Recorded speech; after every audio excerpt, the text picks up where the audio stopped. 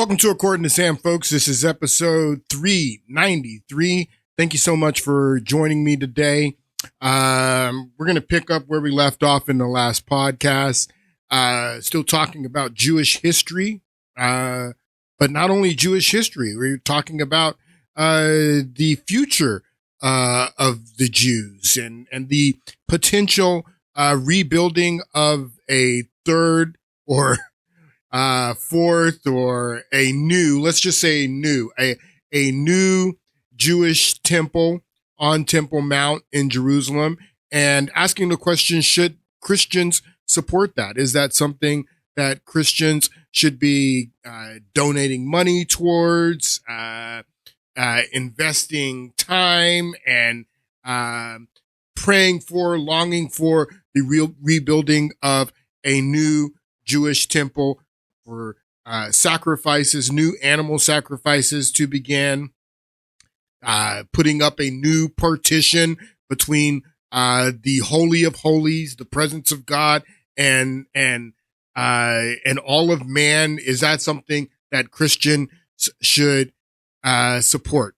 Is that a Christian endeavor, the rebuilding of a new temple in Jerusalem? So we've been asking that question. We've also been talking about Jewish history, talking about the Second Temple period. We actually started telling the history, this Jewish history, going back. We talked about in the beginning the Solomon's temple and Solomon building the temple from the tabernacle to the temple, and then the kingdoms after Solomon dies, splitting into the kingdom of Israel to the north, the kingdom of Judah to the south, the kingdom, 10 tribes to the north, conquered by the Assyrians, the temple in the south, Solomon's temple in Judah is destroyed by Nebuchadnezzar and the Babylonians. So we've been talking about this period, the Second Temple period. And a theme, basically a premise that we've been operating on, which has become a theme in the last couple of podcasts, is that there are religious zealots, religious fundamentalists, religious fanatics, zealots, fundamentalists, fanatics, religious zealots, religious fundamentalists, religious fanatics, and all three of the Abrahamic faiths. That in Judaism has Jewish religious fanatics and zealots. In Christianity, you have Christian religious fanatics and zealots. In Islam, a lot of them. There's a lot in Islam, religious fanatics and zealots. And I said because Islam, because of the nature, if you understand Islam, people, from the beginning. But we'll get there. I'm going to have to do a podcast just talking about the early years of Islam and what Islam has been since the beginning. But yes, there's a lot of religious zealots and fundamentalists in Islam, all three of the Abrahamic faiths. But there's also religious zealots, fanatics, fundamentalists in the occult, in paganism. And I think that's very important, and that we talk about the occult, we talk about the pagan religion, because it's a religion that a lot of people don't really understand, and it is a religion. Paganism is a religion. The occult is a religion. It's the oldest religion on this planet, quite frankly. That you need to understand that occult mysticism, paganism, predates Judaism. Occult mysticism, paganism predates Christianity and predates Islam. Occult mysticism and paganism is the oldest religion on this planet. In fact, when God, approaches Abraham and makes contact with Abraham in Ur. Ur is in ancient Mesopotamia. It was one of the cities of ancient Mesopotamia, present day Iraq.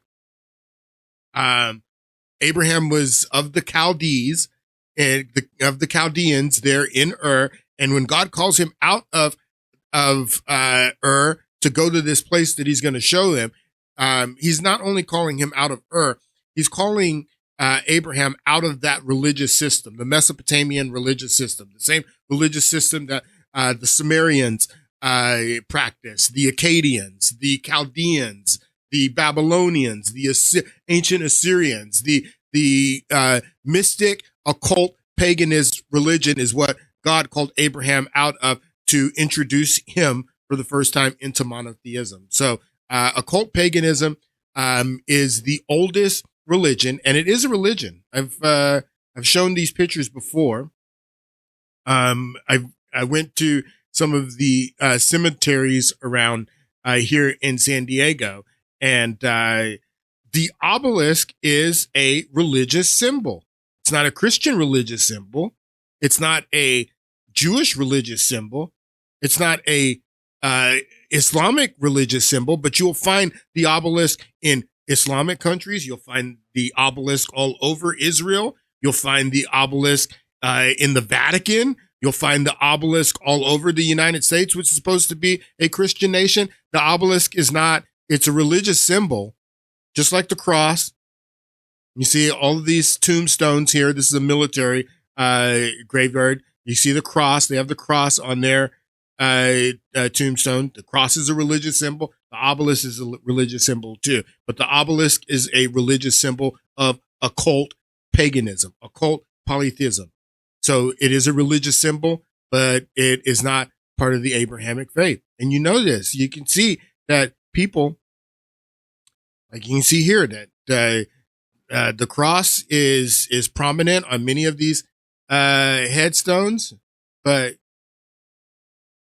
cross, you'll see the cross, but then you see the obelisk.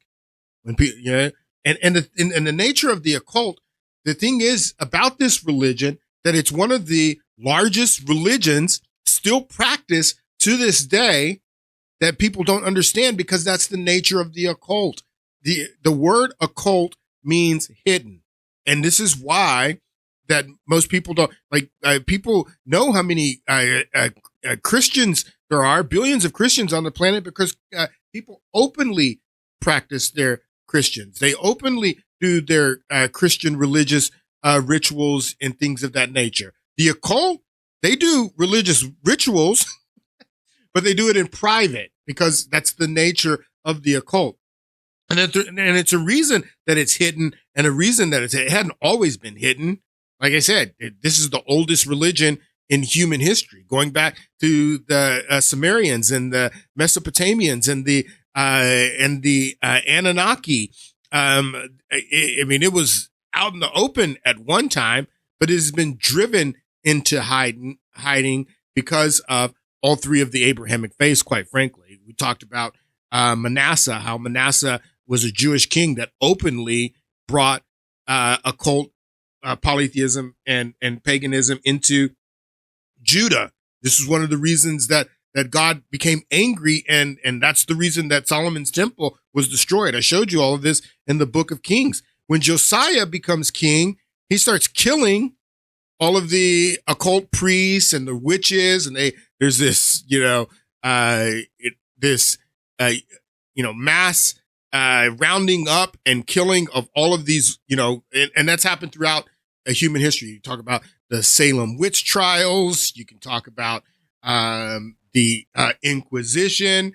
They went after witches all over Europe. They went after witches and the occult. After Constantine makes Christianity the primary religion of the Roman Empire, many of the people who practice polytheism and paganism, they became the occult. I always say that there was a time in the Roman Empire when Christianity was the occult, when Christianity was practiced in secret and practiced privately, and that you couldn't practice Christianity in the open in the Roman Empire during the Diocletian persecutions, during the persecutions of many of the Romans persecuted the Christians. They fed them to lions. This is the whole story of the blood of the martyrs created the seeds of the church, that at this period of time when Christians were being martyred, they had to practice Christianity in private, in secret, in the occult. But once Constantine made the Christian religion the primary religion of the Roman Empire, then Christianity became the primary religion that was practiced open in the Roman Empire. And those who practiced occult paganism, they went into hiding. And that's what occult means. Occult means hidden. So you can have people that spend their whole lives and you never know that they're part of this religion until they die and they put up an obelisk. They have an obelisk as their tombstone. It's like, oh, you weren't Christian, you were a cult. Many occultists, many pagans, and it's a very large religion, and it is a religion that has religious zealots, religious fundamentalists, religious fanatics in the occult as well. And there's some people that practice the Wiccan religion, the occult religion, and they're just your next door neighbor who is a witch. And witchcraft is very, very popular these days, particularly among women. But there's a lot of male witches as well. Witchcraft is very popular, and they don't even think about any of this stuff that we're going to talk about today, the rebuilding of the third temple and all this stuff. But there are religious fanatics, fundamentalists, zealots in the occult, where the rebuilding of the third temple is as important to them. And in the occult, because I told you the third temple, or the new temple in Jerusalem, is going to have a esoteric and a occult meaning behind it. You may not believe that, but it is. So we've been operating on that premise. Just want to get back here. So talking about the Second Temple period. During the Second Temple period, the 600-year period from the rebuilding, the return of Zion. Return to Zion is what is when Cyrus the Great gives the Edict of Cyrus for Zerubbabel and a small sect of exiles from Babylon after the Persians conquer Babylon, for them to go back to Jerusalem for the specific goal of rebuilding the temple. This is in the Bible. It says that not only are they going back from exile, they're going back with the specific goal to rebuild the temple. And I told you that there's been 3 Zionist movements, and my definition of Zionism is the migration. Zionism is the migration of Jews from outside of Zion into Zion. Zion is a place. So the migration of Jews from outside of Zion, migrating into Zion. And there have been 3 Zionist movements. The first Zionist movement happened when Moses led the children of Israel out of Egypt through the wilderness. Joshua leads them over the Jordan into Zion. And the first Zionist movement produced the first temple, the Solomon's temple. Second Zionist movement happens after Cyrus the Great gives the Edict of Cyrus, after he conquers Babylon, allows a small group of Jews to go back to Jerusalem under Zerubbabel. And so that's the migration from Babylon into Zion. That's the second Zionist movement. And the second Zionist movement produced the second temple, Zerubbabel's temple. And the third Zionist movement that we're currently living in now is the migration of Jews, starting from Europe, but then eventually from all over the diaspora. Jews started moving back into Zion, and the third Zionist movement is going to produce a third temple, and that is what I believe, that there will be a third temple. Some people believe that the temple won't be rebuilt and can't be rebuilt. I don't necessarily believe that. I believe that the third temple will be rebuilt, and it is going to be it's not going to be I'm not going to say that. I'm not going to say that. Anyway, so we've been talking about this period of time, this 600-year period, and then in about 400, a event happens at the 400-year, around the 400-year period in this 600 years, and that's the Maccabean Revolt, and that's what we've been talking about for the past few podcasts, talking about the Maccabean Revolt. I went into the entire, reasoning behind the revolt, why it happened, the Seleucid Empire, Antiochus Epiphanes, why Antiochus Epiphanes went into the temple, desecrated the temple, that there was a civil war going on between religious Jews and Hellenistic, more secular Jews that were into the occult, quite frankly, Jews that were into polytheism and paganism, Greek paganism. And there was a civil war going on between these religious Jews and these more Hellenistic, polytheistic, pagan Jews. And Antiochus Epiphanes chooses sides, and he goes and desecrates the temple to kind of show those religious Jews that he's boss. He's choosing the side of the more Hellenistic Jews. So we talked about that. I was going to go back and tell more details about the Maccabean revolt and you know, the methods of fighting by the Maccabees, how they end up winning and establishing the Hasmonean dynasty. But I feel like we've already moved ahead from the Maccabean revolt, because we've already started talking about Herod from the last podcast, and got into a little bit about the Hasmonean revolt and the Hasmonean civil war that happened in the middle of the Hasmonean dynasty. Talked about that in the last podcast. So I don't think I'm going to go back and cover much more of the Maccabean revolt anymore, but you just need to understand that it was a revolt that started with the civil war. It started with the civil war that was Jew against Jew, and that the Greeks, the Seleucids, picked sides. They picked the sides. Antiochus Epiphanes picked the side of the Hellenistic, polytheistic, pagan Jews, and went into the temple, desecrated the temple. That inspired the Maccabees to rise up. The Maccabees defeat the Seleucids. Why did he defeat the Seleucids? Because we went into all of that because the Seleucid Empire was in their nadir. They were in their decline. They were dealing with all kinds of issues, and they couldn't focus their attention on the Maccabees because they had all these other things going on throughout their empire, and their empire was breaking up. So we covered all of that, and that was that eventually led to the rise of the Roman Empire. This is another piece of history that we've been talking about in these past podcasts, relating all of this to the statue that Nebuchadnezzar dreams about in the book of Daniel. And Daniel, the Jewish prophet, interprets Nebuchadnezzar's dream and tells him that the statue that you dreamed of, that is comprised of 4 different metals, that the purest metal, the gold statue, represents you, Nebuchadnezzar, but after you, a less pure metal, the silver kingdom is going to come after you, and it's going to be the Medo-Persian kingdom, and then after you is going to be, after the Persian kingdom, is going to be the Medo-Greco or the Macedonian Greco empire under Alexander the Great, which led to the Seleucids and the Ptolemies and all of that.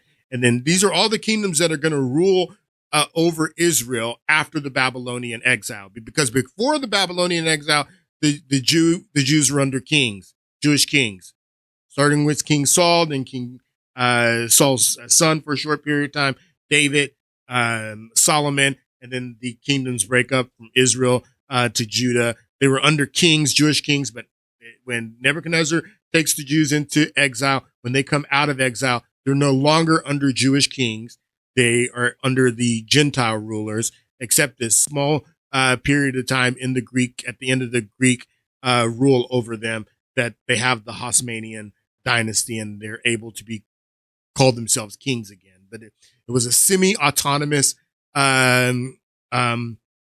dynasty, and basically it wasn't long before the Jews were back under the rule of the Gentiles, under the Romans.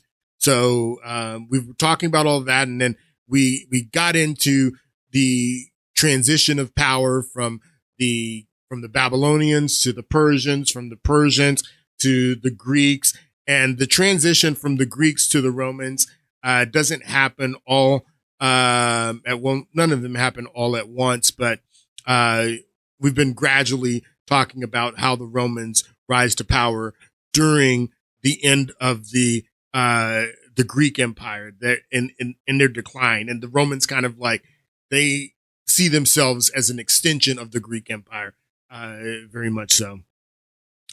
Anyway, so that's all we've been talking about, and let's get back into talking about the temple. The temple mound. Now this is after the second temple was destroyed, and the second temple was refurbished. The complex was expanded. All the ruins that you see here was from Herod the Great, kind of like rebuilt Zerubbabel's temple and expanded the temple mound. And you can see the remains here after it was destroyed by the Romans. But you can also see that on top of Temple Mount, there is a mosque today. And this mosque, I think if this mosque wasn't here, they would have already built the temple, quite frankly. But this mosque is what is really preventing the temple from being rebuilt at this time. And we played this clip in the last podcast. We're still asking the questions: should Christians be supporting the rebuilding of the third temple? Is this a Christian point of view? Pastor Locke, evangelical Christian Zionist preacher out of Tennessee, said this. We played it in the last podcast. Take a listen. Destroy the whole thing. What they ought to do is evacuate up there on the hill and get a great big missile and blow that wicked dome of the rock plumb off of the spot where it's standing right now, so we can get that third temple rebuilt and usher in the coming of Jesus. Usher in the coming of Jesus. We talked about this in the last podcast. Where's that in the Bible? That you are to usher in the coming of Jesus. He says, get a great big missile, clear out the dome of the rock, get everybody out of here, out of this mosque, get a great big missile and fire it at the Dome of the Rock and destroy the Dome of the Rock so we can get that third temple built and usher in the coming of Jesus. And I told you in the last podcast that Benjamin Netanyahu, in this speech that he made last week, I said that he said usher in as well. He doesn't say usher in, but we'll read a little bit of this article. It says, Netanyahu says, Israel's war on Iran aims for Messiah's return. Netanyahu says Israel's war, the war against Iran right now that the United States and Israel are engaged in, aims for Messiah's return. And we played the clip in a few podcasts ago where you have members of the United States Senate, Lindsey Graham, saying this is a religious war. This is what Netanyahu actually says. And I believe we all recognize the fact that we will reach to the kingdom.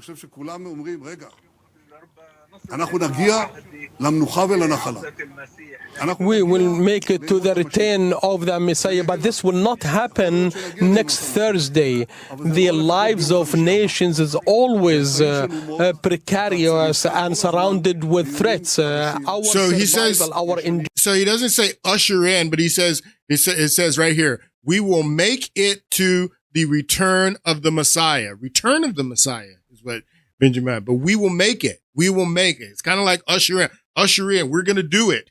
We're going to help God out. We talked 2 podcasts ago about Sarah helping God out. That God prophesied that he's going to make a great nation between Sarah and Abraham. But Sarah says, I haven't had a baby yet. I'm going to help God out. Why don't you sleep with my handmaid so we can usher in, so we can make God's prophecy become true, that we can create the circumstances for God's prophecy to be fulfilled, not through Isaac, through Ishmael, but the promise was never through Ishmael. Same thing when Judas betrays Jesus. Judas, I told you, Judas believed Jesus was Messiah, but he wanted to force Jesus to show his power in destroying the Romans. He believed that once Jesus was arrested and handed over to the Romans, that demonstrate his power and that he would destroy the Romans, because that's what they believe that the Messiah was going to do: destroy all their enemies, destroy all of the Romans, and usher in and bring in the kingdom of David. So this idea that you're going to create the circumstances to usher in, to make God's prophecy come true is not uncommon. It's all throughout the scriptures. And that's what Benjamin Netanyahu is talking about. We will make the return of the Messiah, is what he says. And that's what Pastor Locke is talking about here. We'll blow up the Dome of the Rock so we can usher in the coming of the Messiah.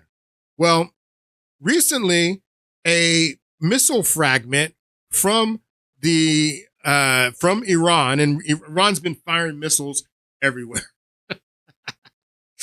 They've been firing missiles everywhere. Their strategy has been, quite frankly, stupid.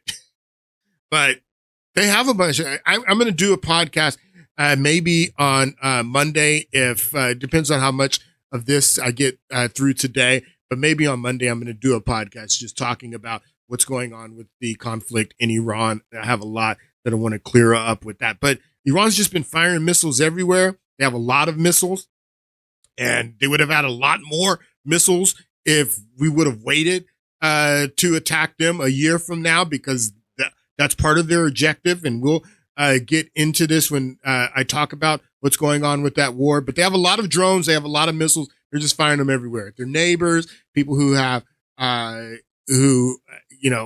allied with us, people who aren't even allied with us. Everybody's getting some missiles. So a missile fragment, they even killed some people in Gaza with Iranian missiles. So they're firing them all over Israel. And missile fragments, this is a big deal. All these, Christian Zionists were making a huge deal out of this. Oh, this is so prophetic. Also, the Jewish zealots as well. Oh, this is so prophetic that a missile fragment from an Iranian missile hit Temple Mount. And you can see the headline here. This is Charisma from Charisma magazine, which is a Christian magazine. Iranian missile fragments hit Temple Mount as biblical prophecy accelerates. Now, I want you to hear this guy cover this. Take a listen. The holiest site in Jerusalem, a place central to biblical prophecy, remains under Islamic control.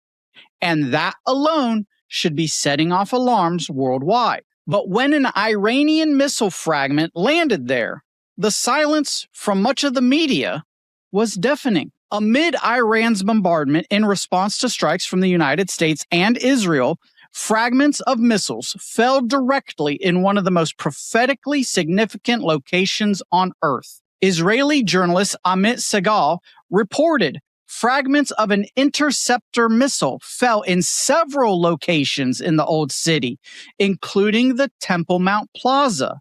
That matters, because at the same time, something else is happening. There is a growing fervor among the Jewish people to return to the Temple Mount to worship. In 2025 alone, an estimated 76,000 people ascended the mount to pray. That is not a coincidence. That is alignment with prophecy. And others are taking notice. Commentator Tucker Carlson, who has gone down a road few expected in recent years, attempted to get ahead of the narrative. He suggested that if the Temple Mount were struck directly, it would be an inside job by Israel because one random voice mentioned it. Let's listen. Because one random voice mentioned it, is what he says. He says that Tucker Carlson just used one example of a random voice, and they're going to use Rabbi Mezrakai, or I think that's how you pronounce his name. Anyway, this is in the monologue that we've been playing from Tucker, talking about the Temple Mount being struck by a missile, and that whole monologue that he's been playing. He plays this rabbi, and this guy says that this rabbi is the one voice that Tucker said that made the claim that they're going to attempt to fire a missile and make it look like it's Iran to destroy the Dome of the Rock. were struck directly, it would be an inside job by Israel because one random voice mentioned it. Let's listen. If it was up to me, I would pretend that one missile came from Iran and shoot it down. Shoot it down into the Dome of the Rock in Al-Aqsa. Destroy what's on what the Israelis call the Temple Mount. So he says that's the only voice that Tucker Carlson played that alluded to shooting a missile at the Dome of the Rock and destroying it on purpose. No, it wasn't that only one. This clip right here comes from Tucker Carlson, the exact monologue where he played that Jewish rabbi. You have a Christian preacher saying the same thing. On the hill and get a great big missile and blow that wicked Dome of the Rock plumb off of the spot where it's standing right now. Intentional, get a missile, blow it off the Dome of the Rock. This is a Christian preacher from Tennessee saying it. It's not just one lone voice that Tucker played that said that. This rabbi guy, no, you have Christian preachers saying it. Many people have said it, as you're going to see. I got many people have said that we ought to take a missile and blow up the Dome of the Rock so we can rebuild the third temple or rebuild the new temple, usher in the Messiah. Well, the Messiah is very important to the rebuilding of the third temple or the new temple. That the Messiah is very important to that work, according to what Jews believe. Many Jews, not all Jews, but what many Jews believe about the third temple is that the third temple has to be built by the Messiah when the Messiah comes. That we're not going to do it. The Jewish people are not going to do it by themselves. That this is a work that is going to be done when the Messiah comes. And I have a few Jewish voices, some rabbis that I'm going to play that go into what Jews believe about the Messiah and the third temple. We're going to start off with Fleischer here. Take a listen. If the God of Israel wants to use this war to move forward the consciousness of a third temple, then so be it. And Baruch Hashem, and amazing. If there is a pathway towards ridding this region of jihadist Islam and clearing the Temple Mount of stuff that doesn't really belong there. Clearing the Temple Mount of stuff that doesn't really belong there. He says that this stuff doesn't really belong there. And if it's God's will to remove the stuff that doesn't belong on Temple Mount, then it's God's will. Then so be it. And so Baruch be it. Hashem, and amazing. If there is a pathway towards ridding this region of jihadist Islam and clearing the Temple Mount of stuff that doesn't really belong there, stuff that was taken in conquest and does not belong to Islam, if this war leads to that, because the God of Israel is orchestrating machinations that will weaken jihadist Islam and make Israel bigger, and so that the Temple Mount will house a third temple that will be a house of prayer for all nations, as Isaiah tells us, well, that's amazing. Then Baruch Hashem. Then I thank God for that. Because indeed, it's no conspiracy theory the Jewish people yearn for a third temple in Jerusalem. We pray for it every day. You don't have to find organizations like Chabad and say, look, these guys are teaching temple consciousness. That's just the heart of Judaism is temple consciousness. The heart of Judaism is yearning for a third temple. We pray for it 3 times a day. There's no hidden conspiracy theory. That's just the truth. But point number 3 is, and this is the funny part. The funny part is that God Almighty has many tools in his arsenal. Many tools in his arsenal. God Almighty has many tools in his arsenal. Are one of them a missile from Iran? Part is that God Almighty has many tools in his arsenal. Many tools in his arsenal. And some of those tools are the enemies of Israel. It's actually Tucker Carlson himself who is the tool for third temple consciousness. He's the one that's bringing it up and teaching the world that that's actually the end game, right? Like Israel, Prime Minister Netanyahu didn't go out and be like, well, we should really think about a third temple through this war. Not at all. It's actually Tucker who's like, I think what's happening here is that they're bringing about a situation where there might be a third temple. And just those words themselves, they are words that add a global consciousness that, you know what? Maybe we want a third temple in Jerusalem because that third temple is meant to be a house of prayer for all nations. Maybe that's the real land for peace. When that land is liberated of the Temple Mount, there will be peace because there'll be a third temple where the world will be able to connect to the God of Abraham, Isaac, and Jacob. And therefore, there'll be a kind of unity, a global oneness. A global oneness. And you understand what I'm telling you about the occult. This is what the new temple is going to be, a temple for global oneness. First of all, it's going to be a house of sacrifice, not a house of prayer. The purpose of the temple is for sacrifice. It's always been for sacrifice. It's going to be for sacrifice. But he's talking about a global temple and a temple of oneness. What is this? What is this? Maybe we want a third temple in Jerusalem because that third temple is meant to be a house of prayer for all nations. Maybe that's the real land for peace. When that land is liberated of the Temple Mount, there will be peace because there'll be a third temple where the world will be able to connect to the God of Abraham, Isaac, and Jacob. And therefore, there'll be a kind of unity, a global oneness, a global consciousness of God. And that's the prophecies. It's not me. It's not Yishai Fleischer. It's the Bible. No, you're right. You're right. There are prophecies about global oneness. There's definitely prophecies about that. All right.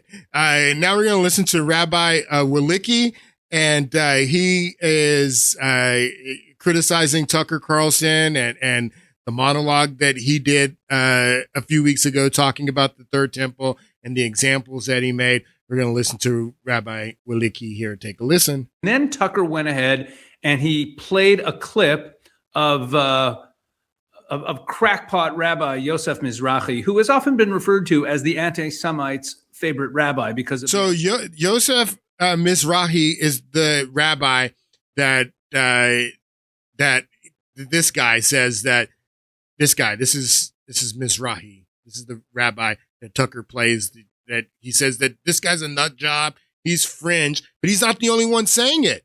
He's not the only one talking about the missile firing into the Dome of the Rock and destroying that whole thing. So no matter how you say this guy's fringe, and Tucker used this fringe rabbi who doesn't have, and he's not a fringe rabbi. He has a huge following, as you're going to see here in a moment. But this is Welicki trying to discredit Tucker's monologue and what he's saying by saying he used the example of this fringe rabbi talking about shooting a missile into the Dome of the Rock and pretending it's Iran, that's this fringe rabbi. This is not something that many Jews believe. No, this fringe rabbi was just, brave enough to say it on camera, but many other people are saying it on camera. I have Christian ministers, evangelical Christian Zionists, saying it in their sermons. Not only the fringe rabbi.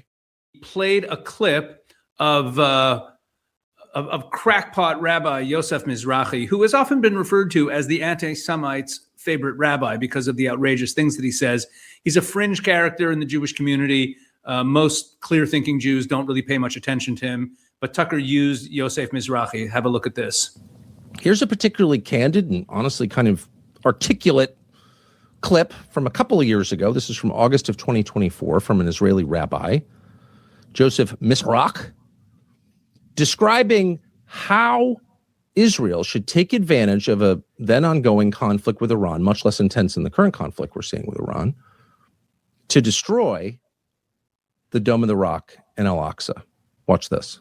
If it was up to me, the last time when they shot hundreds of missiles, I would pretend that one missile came from Iran and shoot it down. Now understand what he's saying here. He's saying that when Iran starts shooting missiles, that if it was up to me, I would pretend that one of the missiles came. I would pretend, is what he says, this rabbi, what he says, I would pretend that one of the missiles is coming from Iran because they're shooting so many missiles, and that's what they're doing right now. They're shooting so many missiles everywhere that I would pretend that it's coming from Iran. and I would shoot Al-Aqsa Mosque and pretend that it came from Iran. That's what he says explicitly. I want you to take note of that because we're going to listen to him after the fact try to clear this up. Iran to destroy the Dome of the Rock and Al-Aqsa. Watch this. If it was up to me, the last time when they shot hundreds of missiles, I would pretend that one missile came from Iran and shoot it down. You know, then all the Arabs will go against Iran and it will be the end of the problems. You make them fight with each other, this bunch of lunatics. You make them fight with each other, these bunch of lunatics. When Iran starts shooting missiles, you pretend that one of those missiles hits Al-Aqsa Mosque, but it's actually you shooting it down, and you make them fight each other. So this is Rabbi Mizrahi. After Tucker Carlson used him as an example in his monologue, he went on this podcast. This guy has a huge following. I don't know what Walicki's talking about, that he's a fringe, rabbi. He has a huge following. And I want you to listen to what he says here, addressing Tucker Carlson's using the clip of his sermon or the clip of his lecture in his monologue. I want you to hear him clean it up now. Take a listen. And Tucker almost certainly did not watch your entire lecture. He probably only saw that clip. Do you remember what you were discussing in that lecture, before that clip, after that clip? What is the context? In my lectures, I sometimes bring current events, which, describing what's happening right now in the world and how it comply with the words of the prophets or the words of the Gemara, the Babylonian Talmud, that discussed what would happen in the days before the arrival of the Messiah at the end of days. As a matter of fact, we are working right now on a new film that we are making, The End of Days, which will be good for Jews and Gentiles, to show the whole world what's coming soon. We already started the process with this war. There are many more things to come. So I was talking about the fact that this regime, the Nazi Iranian evil regime that shot down 50,000 of their own people and tens of thousands of injured ones, besides all the prisoners that are being tortured from morning to night as we speak there in Iran. I was talking about the fact that they're shooting hundreds of missiles each time. They shoot more than in the previous war, the 12 days war. They were shooting 100 missiles at civilians, at children, at people in kindergarten and schools, hoping to kill as many innocent Jews as they can. So I say that I hope that maybe one of their missiles will fall on the mosque and will ignite a war between them and the Hamas and the Hezbollah. That's not and what all he the said. other evil Nazis from the Arab side. Just lying. Why do these people lie so much?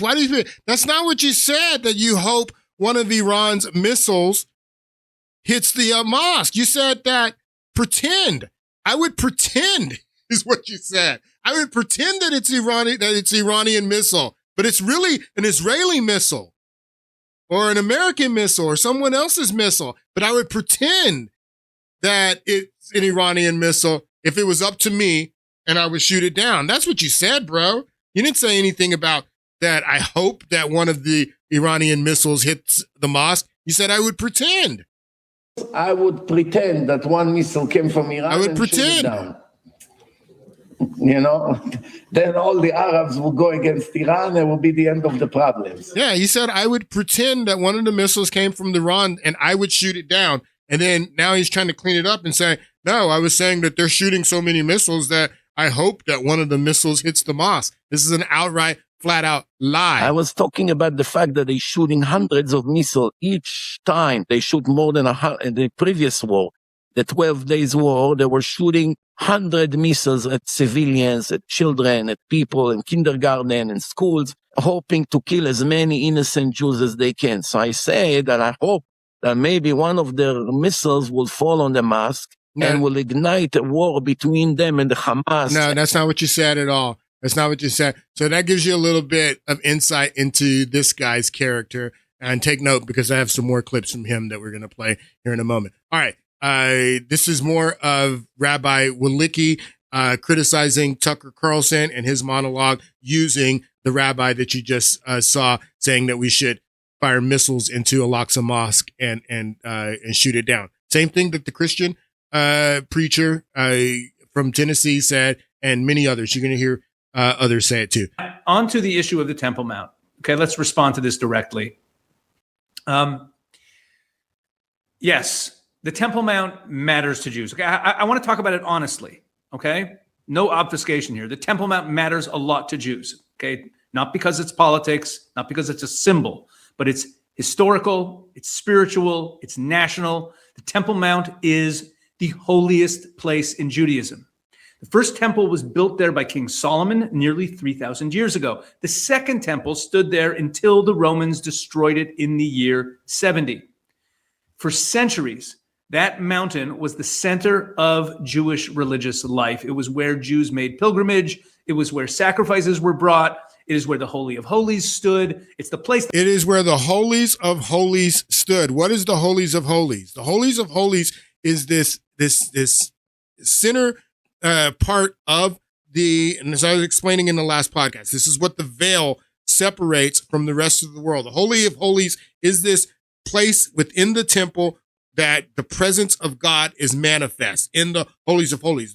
God is not manifest throughout the entire temple. God is only manifest in this place called the Holies of Holies, which is separated by a veil. And we're going to get more into this in the next podcast, what the Holies of Holies is and what the veil represents. And it's still, following up, asking the question, should Christians be supporting this stuff? But take a listen. That mountain was the center of Jewish religious life. It was where Jews made pilgrimage. It was where sacrifices were brought. It is where the Holy of Holies stood. It's the place that represented the covenant between the Jewish people and God.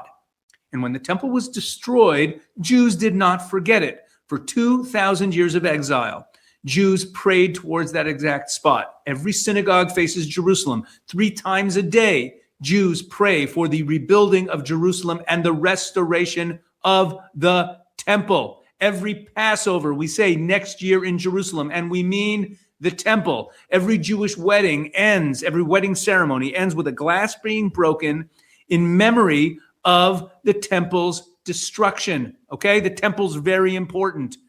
And we've been doing these things continuously. Yes, I know that Tucker doesn't believe that Jewish history has been continuous, but it's a matter of historical record that this has been continuous, an unbroken chain of Jewish communities with a clear record going all the way back to temple times, mourning the destruction of the temple in Jerusalem and yearning for it to be rebuilt. So when people see Jewish soldiers wearing a symbol of the temple and act shocked, what they're really revealing is that they simply don't know anything about Judaism. The longing for the temple is not a fringe extremist idea. That Rabbi Mizrahi talking about blowing it up, he's a fringe extremist. He's a nut job. And that's not a fringe idea either. And not all Jews are longing and even care about the temple. Yes, a lot of religious Jews do, but not all Jews are religious. And so I think that's important. And Rabbi Mizrahi talking about blowing it up, he's a fringe extremist. He's a nut job. The vast majority of Jews have either never heard of him or think he's nuts. Okay, he has his followers, that's true, but he's a fringe character. Of course, Tucker dug him up because he serves his purposes. The temple is woven into Jewish history, Jewish prayer, Jewish identity. But here's the part that Tucker Carlson and a lot of mainstream Western commentators completely miss. This is critical.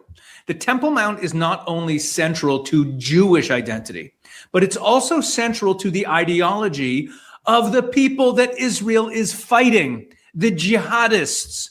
Hamas has a name for the war that they started on October 7th. You heard the name that Israel calls it. So he says only the jihadists. It basically what he's saying, and he says that Tucker missed this point. Tucker did not miss this point. Tucker hit that point directly, that the Temple Mount is not only important to Jews, it's also important to Muslims.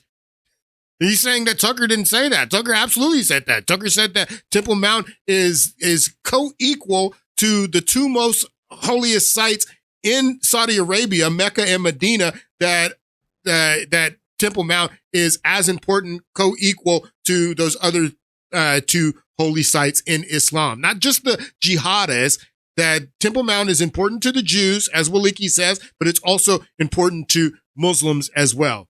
not just the jihadists. It's as important and as holy a spot to the Muslims as it is to the Jews. And Tucker did not miss that. To Jewish identity.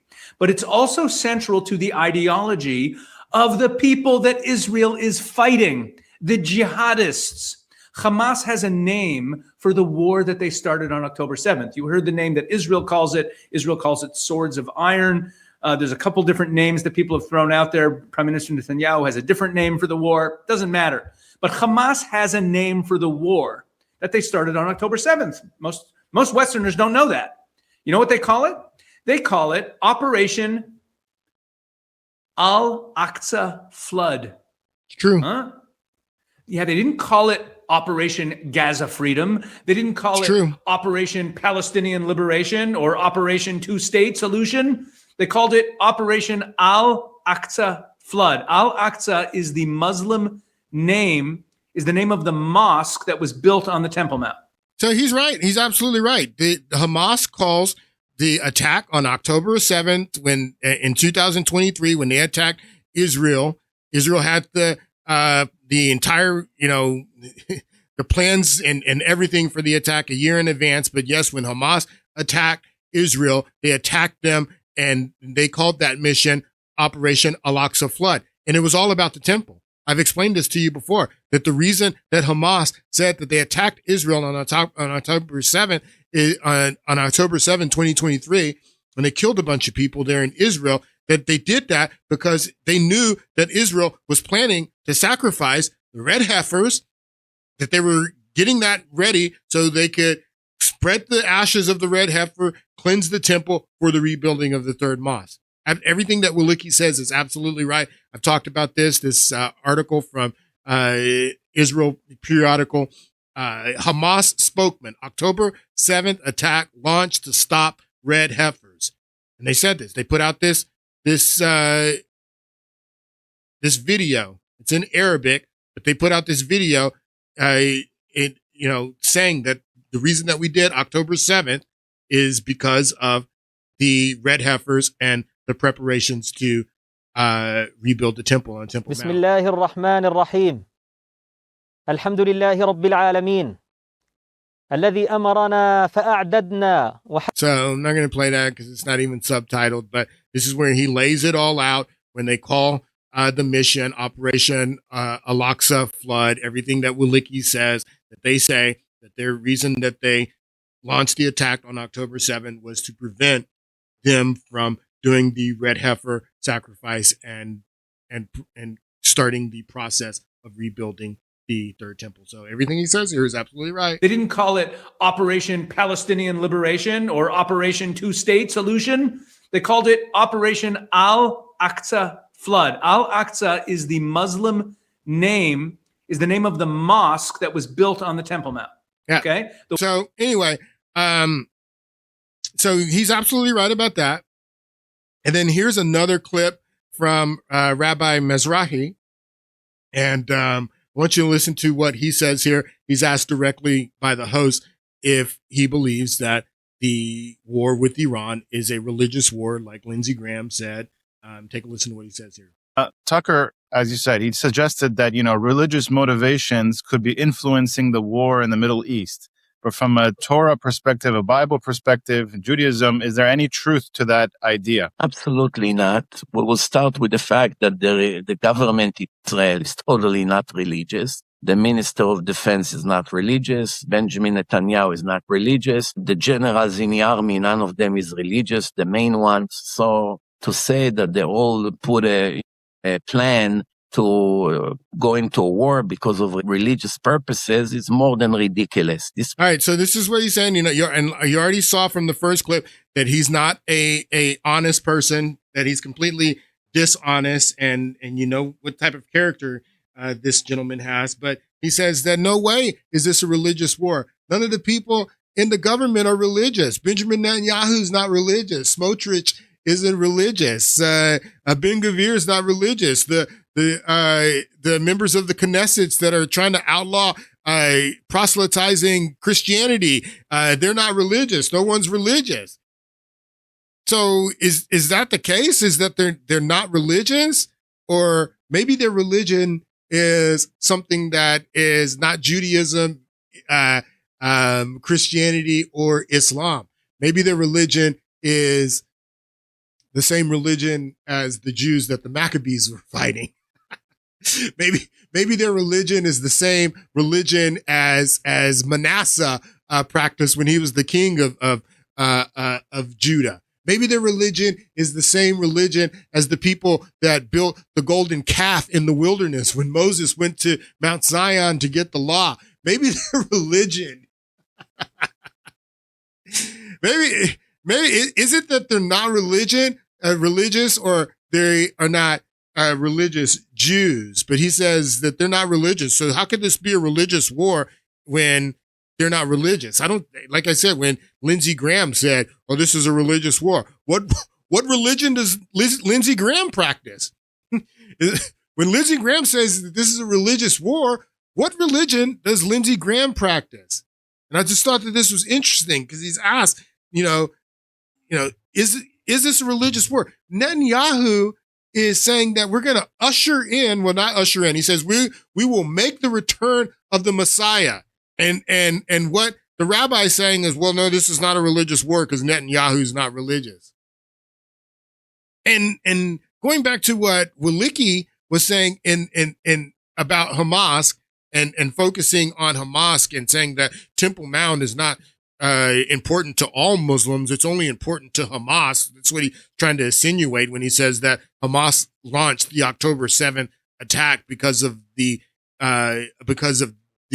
mosque on Temple Mount, that the only Muslims that see Temple Mount and the Al-Aqsa Mosque as sacred and holy are radical Islamists like Hamas. That's ridiculous. All Muslims see Temple Mount as sacred and holy, and Al-Aqsa Mosque as sacred and holy. But trying to use Hamas as an example of this extreme example, then you tell me, why is Benjamin Netanyahu and members of the Israeli government funding Hamas? Why is he funding Hamas?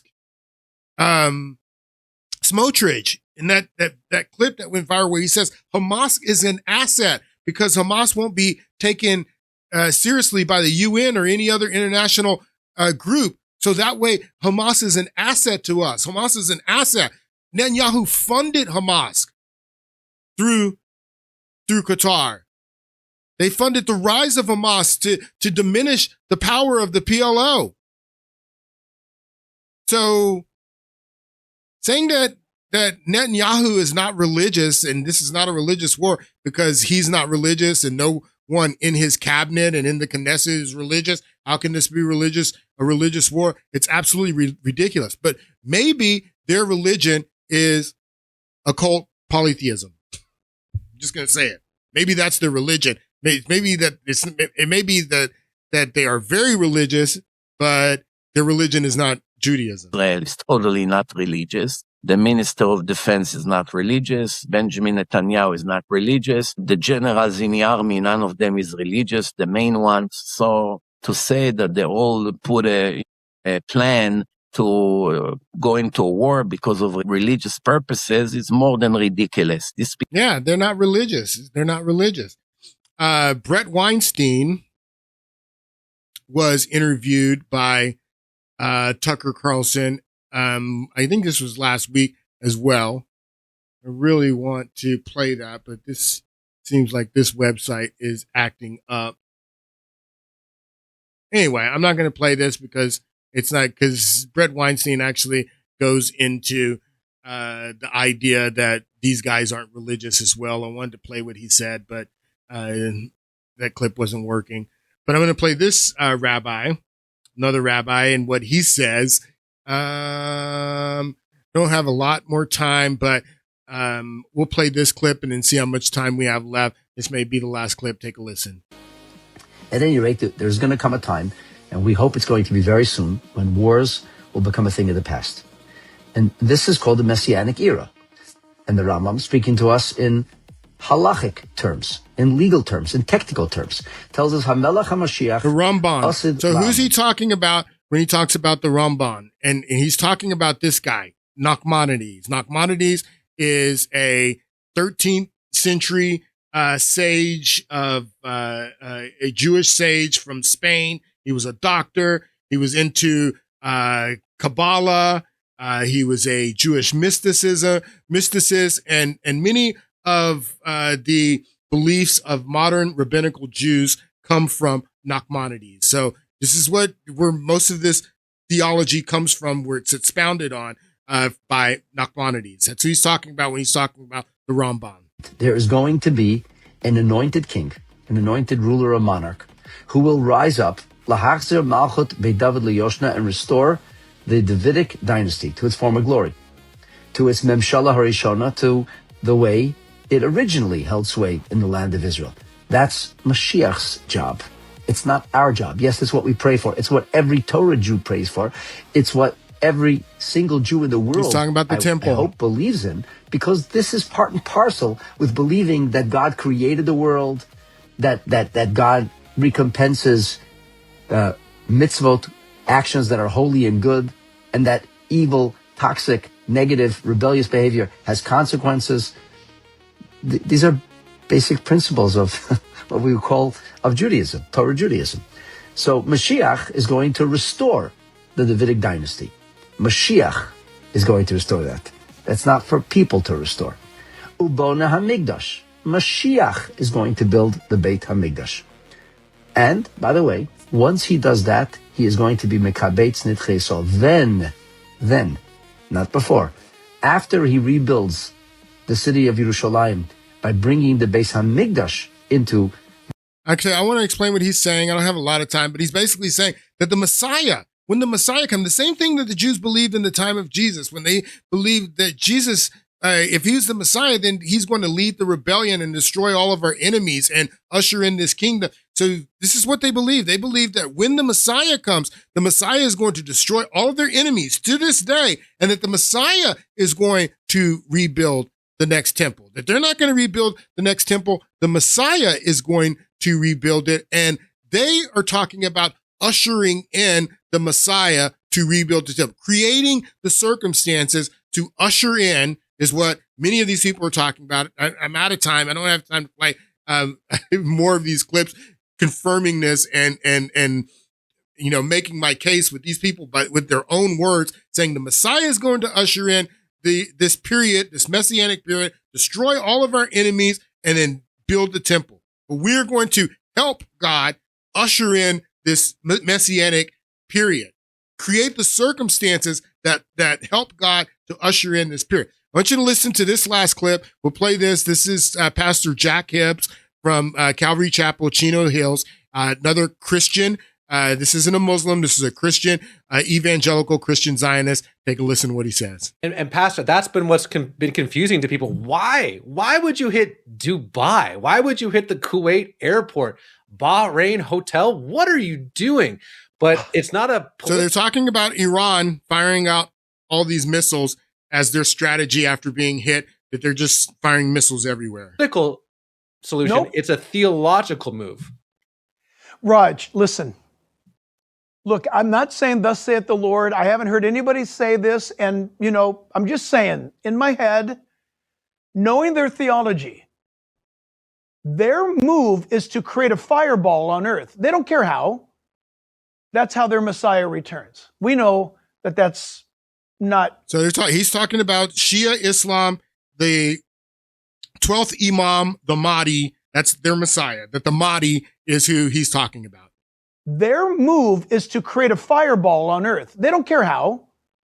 That's how their Messiah returns. We know that that's not the Messiah, the real Messiah of the Bible. Could you imagine, Raj, if they get so committed to that, instead of shooting at Saudi Arabia, in Kuwait, in Jordan, and UAE, instead of shooting there, what if they shot at the Al-Aqsa Mosque or the Dome of the Rock Mosque? You want to set the world on fire? If they hit that location to create this Islamic conflagration that ushers in the Mahdi, their Messiah, wow. So it's not just fringe rabbis that are talking about this. Many people are talking about this. I don't have enough time to show you all the people talking about this. We'll get back into this on Monday. You guys have a great weekend. I'll see you on Monday.